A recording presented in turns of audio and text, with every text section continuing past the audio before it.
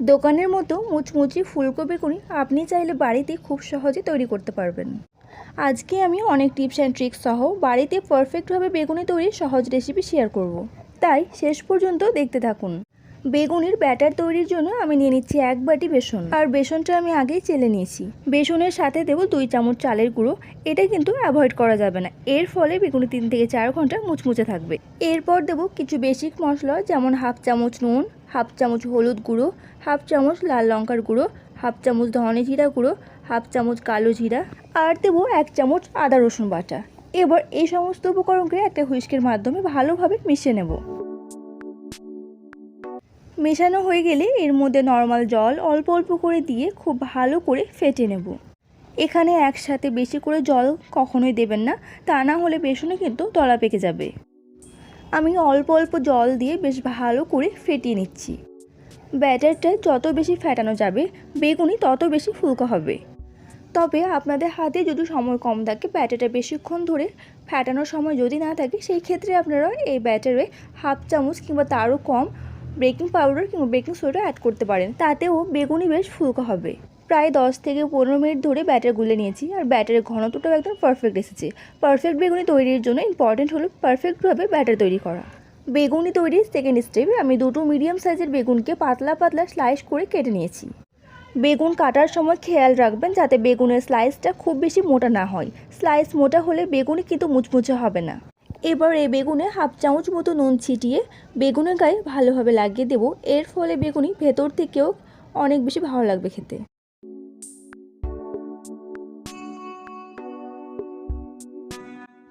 এবার বেগুনিগুলো ফ্রাই করার জন্য একটি কড়াই দেব পরিমাণ মতো সরিষার তেল। আর বেগুনি ফ্রাই করার জন্য তেলটা একদম পারফেক্টভাবে গরম করতে হবে। আর তেলটা যখন গরম হয়ে আসবে তখন এখান থেকে 2 চামচ মতো গরম তেল বেসনের ব্যাটারটায় দিয়ে দেব। এতে করে বেসন আগে থেকে তেল শুষে নেবে। এর ফলে বেগুনি ভাজার পর মুচমুচে হবে, আর বেগুনির গায়ে অতিরিক্ত তেলও লেগে থাকবে না। তেল দেওয়ার পর এটাকে ভালো করে মিশিয়ে নিয়েছি। এবার বেগুনের টুকরোগুলোকে বেসনের গুলায় সম্পূর্ণ ডুবিয়ে সাথে সাথে তেলে ভেজে নেব।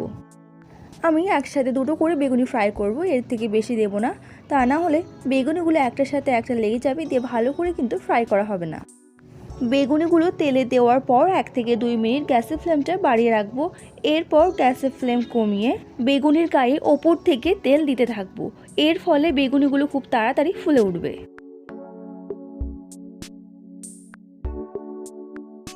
বেগুনিগুলোর এক পাশ ভাজা হয়ে গেলে উল্টে অন্য পাশটাও ভেজে নেব, আর সেমভাবেই উপর থেকে তেল দিতে থাকবো। যে কোনো পাকোড়া ফ্রাই করার সময় গ্যাসের ফ্লেম অতি অবশ্যই লো টু মিডিয়ামে রাখবেন। গ্যাসের ফ্লেম কিন্তু হাই রাখবেন না, তা না হলে সেটা কিন্তু ওপর থেকে ক্রিস্পি হলেও ভেতর থেকে কিন্তু ক্রিস্পি হবে না। বেগুনিগুলো 2 দিক থেকেই বেশ ভালো করে ফ্রাই হয়ে যাওয়ার পর একটি জালির মাধ্যমে সমস্ত তেল ঝরিয়ে তুলে নিলাম, আর সেম প্রসেসে বাকি বেগুনিগুলো ফ্রাই করে নিচ্ছি।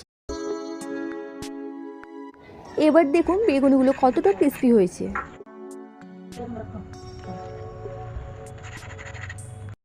আর আওয়াজ শুনে আশা করি বুঝতেই পারছেন এটা কতটা মুচমুচে হয়েছে।